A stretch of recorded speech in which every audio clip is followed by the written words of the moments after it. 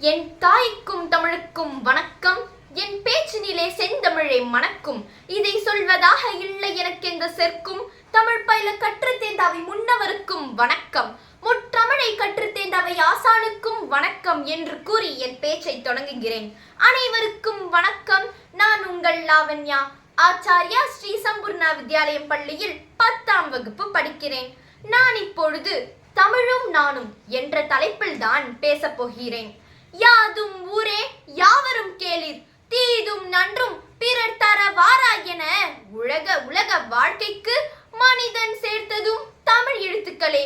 பாறைகள், பானைகள், ஓலைகள், காகிதம் முதல் நிகழ்கால இணையம் வரையும் தன்னை பேதம் மறந்து இணைப்பதும் அமுதாகிய தமிழே.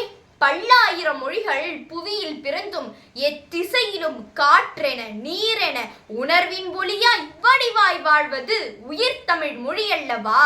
பறந்து விரிந்த உலகில் ஆழ்ந்து அகன்று தேடியும் கிடைக்குமோ திருக்குறளும் ஆத்திச்சுடியும்? 2500 ஆண்டுகளுக்கு முன்பே தோன்றிய மிக பழமையான மொழி நம் தமிழ் மொழி. யாமறிந்த மொழிகளிலே நம் தமிழ் மொழி போல் இனிதாவது எங்கும் காணோம் என்று மகாகவி பாரதியார் கூறியிருக்கிறார். மேலும் சங்கம் வைத்து அமைக்கப்பட்ட ஒரே மொழி நம் தமிழ் மொழி. முதல் தமிழ் சங்கம், 2ஆம் தமிழ் சங்கம், 3ஆம் தமிழ் சங்கம் என்று சங்கங்கள் வைத்து அமைக்கப்பட்ட ஒரே மொழி நம் தமிழ் மொழி. மேலும் நம் தமிழ் மொழியை மொழியாக மட்டும் பார்க்காமல் கடவுளாகவும் வணங்கியிருக்கார்கள்.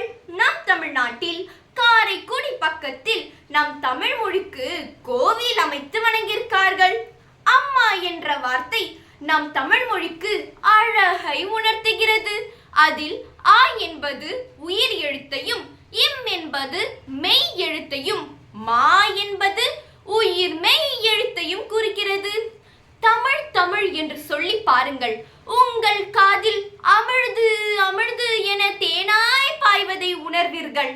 தடுக்கி விழுந்தால் மட்டும் அ ஆ, சிரிக்கும் போது மட்டும் இ ஈ, சூடு பட்டால் போது மட்டும் உ உ, அகற்றும் போது மட்டும் ஏ ஏ, ஐயத்தின் போது மட்டும் ஐ, வக்கணையின் போது மட்டும் ஓ ஓ, ஆச்சரியத்தின் போது மட்டும் ஔ, விக்கலின் போது மட்டும் அக் என்று தமிழ் பேசி மற்ற நேரம் வேற்று மொழி பேசும் தமிழர்களிடம் மறக்காமல் சொல் உன் மொழி தமிழ் மொழி என்று. எம் மொழி அறிவோம், கதை கவிதையும் எழுதுவோம், வரும் தலைமுறை போற்றி காக்குமே என் பைந்தமிழே.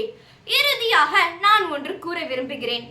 ஆங்கிலம் படித்தால் பூலோகத்தில் பெருமையுடன் வாழலாம், சமஸ்கிருதம் படித்தால் மேலோகத்தில் பெருமையுடன் வாழலாம். ஆனால் தமிழ் படித்தால் 2 லோகங்களிலும் பெருமையுடன் வாழலாம். காலமோ சுருக்கம், கருத்தோ பெருக்கம். இனியும் நான் பேசினால் ஏற்படும் சுணக்கம். பேசி முடிக்கிறேன். வணக்கம். நன்றி. வணக்கம்.